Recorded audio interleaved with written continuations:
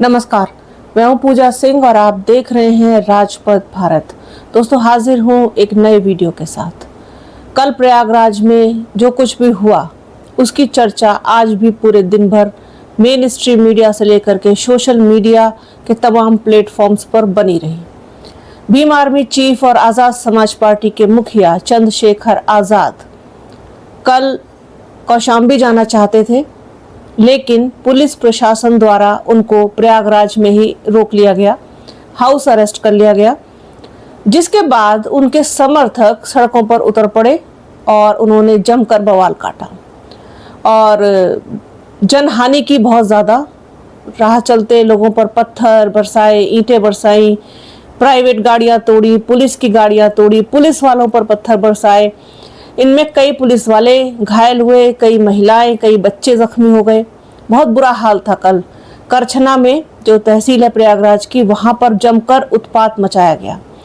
अब ये जो पूरा मामला हुआ है, इसके बाद जब देखा कि ये शाम तक बहुत ज़्यादा गंभीर स्थिति हो गई और भीड़ किसी भी तरीके से काबू में नहीं आ रही थी, पुलिस को लाठियां चलानी पड़ी, बल का प्रयोग करना पड़ा और स्थिति को नियंत्रण में लेने के लिए जो कुछ भी पुलिस को करना चाहिए था वो सब कुछ पुलिस ने किया। अब जब इस मामले ने तूल पकड़ा, इस मामले ने जब बाहर आकर के सारी सच्चाई बयान की कि किस तरीके से पुलिस वालों से लेकर के और आम नागरिक तक सबको परेशान किया गया और परेशानी उठानी पड़ी, तो भीम आर्मी चीफ आज़ाद समाज पार्टी के जो मुखिया है चंद्रशेखर आज़ाद, उनका स्टेटमेंट आ जाता है और उन्होंने इस पूरे मामले से खुद को बचाते हुए पल्ला झाड़ लिया। उनका कहना है कि तोड़फोड़ करने वाले उनके व्यक्ति नहीं, नीले गमछे वाले उनके कार्यकर्ता नहीं, नीले झंडे वाले उनके कार्यकर्ता नहीं, भीड़ एकत्रित करने वाले उनके लोग नहीं हैं। अब ये कौन लोग हैं? अगर उनके लोग नहीं है तो क्यों उन्होंने चंद्रशेखर आज़ाद को जब हाउस अरेस्ट किया गया तब उन्होंने इस पर प्रतिक्रिया के स्वरूप इस तरीके से इतना बवाल काटा, इतना हंगामा किया?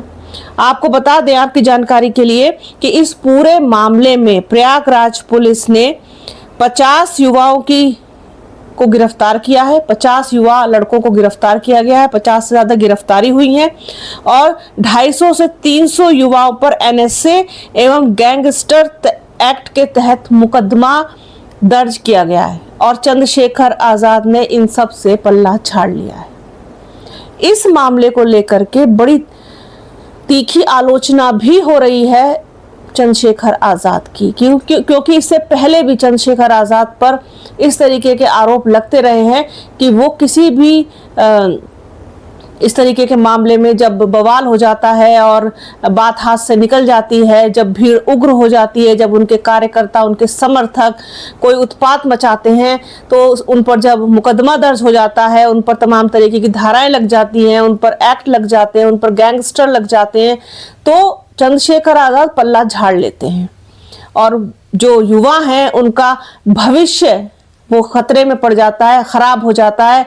उन लोगों पर तमाम जो है वो धाराओं में मुकदमे दर्ज हो जाते हैं, जिसके बाद वो लंबे समय तक कोर्ट कचहरी के चक्कर लगाते रहते हैं। जो समय उनको अपने भविष्य को संवारने में लगाना चाहिए वो उनका कोर्ट और कचहरी पे बीतता है। ये मेरी कोई व्यक्तिगत इसमें राय नहीं है, ना ये कोई मेरी व्यक्तिगत इसमें भावना। ये तो जो एक सार्वजनिक रूप से जो पब्लिक डोमेन में है ये सारी चीजें, वही मैं आप लोगों को बता रही हूँ कि ये जो कल की घटना हुई है, जो कल की पूरा प्रकरण हुआ है प्रयागराज में, उसके बाद इतने सारे जो लड़के हैं, युवा हैं, उसमें उनके जो भी उनके समर्थक थे, कार्यकर्ता, जिसे वो मना कर रहे हैं कि उनके ना तो वो कार्यकर्ता हैं, ना उनके समर्थक हैं, ना ही उनकी पार्टी के लोग हैं, तो वो जो भी लोग थे, पर उन्होंने जो कुछ भी किया उसके बाद तो उनका भविष्य एक कहना चाहिए कि ऐसे अंधकार की ओर ढकेल गया है जहां पर उनको पुलिस के चक्कर लगाने पड़ेंगे, थाने के, कोर्ट के, कचहरी के।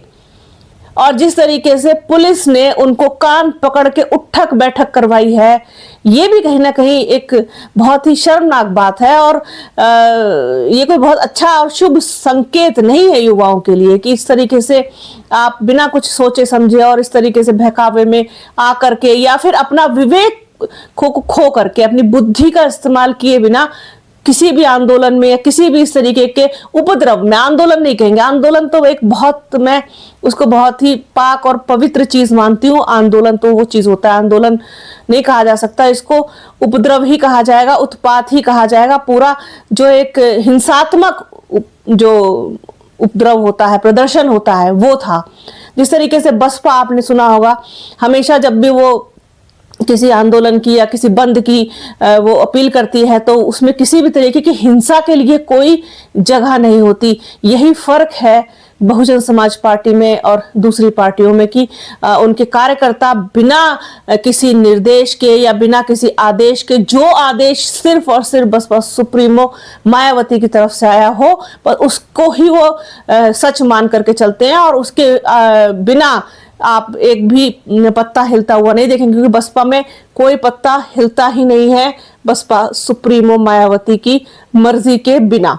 तो वो चीज तो अलग हो गई। अब यहाँ पर जिस तरीके से पूरी प्रतिक्रिया हुई है कल के घटनाक्रम के बाद, और फिर उस पर जो पुलिस ने कार्रवाई की है, जो फिर प्रशासन ने कार्रवाई की है, जो कानून ने अपना डंडा चलाया है, उससे न जाने कितने युवाओं का भविष्य जो है वो खतरे में पड़ गया और उस पर प्रश्न चिन्ह लग गया। बताइए, 50 से ज्यादा लोगों का गिरफ्तार होना, 300 लोगों पर एनएसए लगना, गुंडा एक्ट लगना, तमाम धाराओं में मुकदमा दर्ज होना, ये कोई युवाओं के लिए बहुत अच्छी चीज नहीं है। तो ये एलिगेशन तो पहले से लगते हैं। और अगर आपके लोगों ने किया है, आपके लोगों ने उत्पात मचाया है, उपद्रव किया है, प्रदर्शन किया है, हिंसात्मक कार्रवाई में वो लोग संलिप्त थे, तो फिर आपको उनके साथ खड़ा होना चाहिए। ये तो सारा जिम्मेदारी से पल्ला ही उन्होंने ये कहकर झाड़ लिया कि ये उनके लोग ही नहीं थे। तो इसकी जो है बहुत तरह तरह की प्रतिक्रियाएं भी सोशल मीडिया के तमाम प्लेटफॉर्म्स पर आ रही हैं कि हो गया सब आंदोलन और इतने सारे लोगों का भविष्य जो है वो खतरे में डाल दिया। इस पर बहुत सारे लोगों ने अपनी अपनी तरीके से लिखा है, अपनी अपनी तरीके से बोला है, कहा है। वो सारी चीजें सोशल मीडिया पर अवेलेबल हैं, आप लोग चाहें तो उसको सुन सकते हैं, देख सकते हैं, पढ़ सकते हैं। हालांकि कल भी कई सारे लोगों ने कमेंट किया था मेरे वीडियो पर कि जो भी कुछ हुआ है उसमें, उसके बाद जो है वो बेचारा युवा जो है, जो लड़के हैं, वो कहीं ना कहीं पूरे मामले में जो है वो दोषी पाए जाएंगे और फिर उन पर ही दंडात्मक कार्रवाई होगी। और तो वही चीज होती हुई दिखाई दे रही है। पुलिस ने जिस तरीके से कान पकड़ करके उठक बैठक लगवाई और रुखड़ू बिठाए रखा कान पकड़ के, वो सारी चीजें, इसके अलावा फिर तमाम धाराओं में मुकदमे, अब इन मुकदमे को झेलते रहिए, लड़ते रहिए। जब अपना भविष्य बनाने का टाइम है, अपना करियर बनाने का टाइम है, जब पढ़ाई लिखाई करके और कुछ बनने का, एक तो वैसे ही इतनी मार है बेरोजगारी की कि उसको कुछ डिस्क्राइब नहीं किया जा सकता, बार बार कहाँ तक बोले उसके बारे में। तो उसके बाद फिर इस तरीके की घटनाएं हो जाना, फिर उनमें जो यूथ है उसका संलिप्त हो जाना, ये कहीं ना कहीं बहुत गंभीर जो है चिंता का विषय है। और अपने विवेक और संयम का इस्तेमाल किए बिना जिस तरीके से चीजें हुई हैं, ये बहुत अच्छी चीजें नहीं है, कोई बहुत अच्छे साइन नहीं है। तो ये जो कल हुआ भीम आर्मी की तरफ से और आज़ाद समाज पार्टी की तरफ से कि उनको वहां जाने नहीं दिया गया, तो इसलिए बहुत ज़्यादा हिंसात्मक प्रदर्शन और ये सारी चीज़ें, और लखनऊ तक आंदोलन होगा।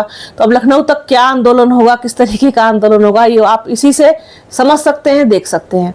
तो इस पर मिलीजुली सबकी प्रतिक्रिया है और अधिकांश लोगों की जो प्रतिक्रिया आई है इस पर, वो विरोधात्मक ही है कि इस तरीके की चीज़ों के फेवर में कोई भी नहीं होगा कि आप युवाओं को आगे करके और उस पर उन पर किसी तरीके का जो है वो एलिगेशन लगा करके और उनके खिलाफ इस तरीके की कार्रवाई हो जिससे वो सालों तक अपने पूरा, एक कहना चाहिए कि एक वो गोल्डन टाइम जब कुछ बनने का, कुछ करने का समय होता है, उसको सारा बस मुकदमों में ही बिता दें।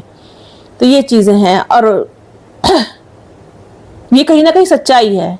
इससे पहले भी तमाम चीजें हो चुकी हैं, तमाम लोगों पर मुकदमे लग चुके हैं और लोग लड़ रहे हैं आज तक भी, और इस तरीके के एलिगेशंस पहले भी लग चुके हैं जिससे जिम्मेदारी से पल्ला झाड़ लिया गया है।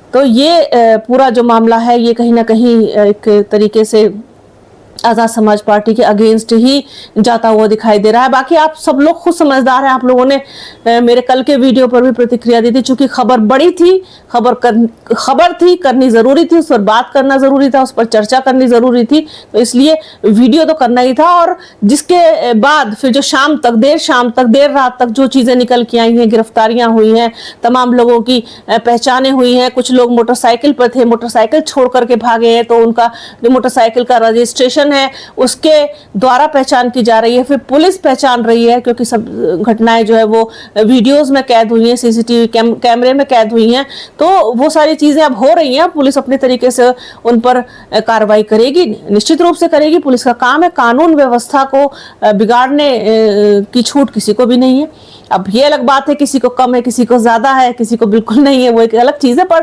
कानून के तहत तो आपको अनुशासन में रह करके ही सारी चीजें करनी है। अगर आपको प्रदर्शन भी करना है तो किसी भी तरीके के हिंसात्मक प्रदर्शन की छूट किसी को भी नहीं है, और जन हानि पहुंचाने की अभी अनुमति किसी को नहीं है। तो ये सारी चीजें हुई हैं, तो इस पर बात करनी बनती थी, आप लोगों के साथ शेयर करना कि क्या प्रतिक्रिया आ रही है। चौतरफा लोग निंदा कर रहे हैं पूरे प्रकरण की, और सोचा इस पर बात की जाए। आज के वीडियो में फिलहाल इतना ही। इसमें आगे कोई और अपडेट होगा तो वो भी आप लोगों के साथ शेयर करेंगे। तो बने रहिए हमारे चैनल के साथ। हमारे चैनल को लाइक कीजिए, शेयर कीजिए, सब्सक्राइब कीजिए, बेल आइकन घंटी जैसी आकृति जरूर दबाइएगा, जिससे कि आने वाली वीडियो का नोटिफिकेशन आपको मिल सके। वीडियो को प्लीज पूरा देखिएगा, ज्यादा से ज्यादा शेयर कीजिएगा। अपना और अपनों का बहुत ख्याल रखिए। जल्द मिलूंगी आपसे एक नए वीडियो में, एक नए मुद्दे के साथ, एक नई चर्चा में। तब तक के लिए जय हिंद।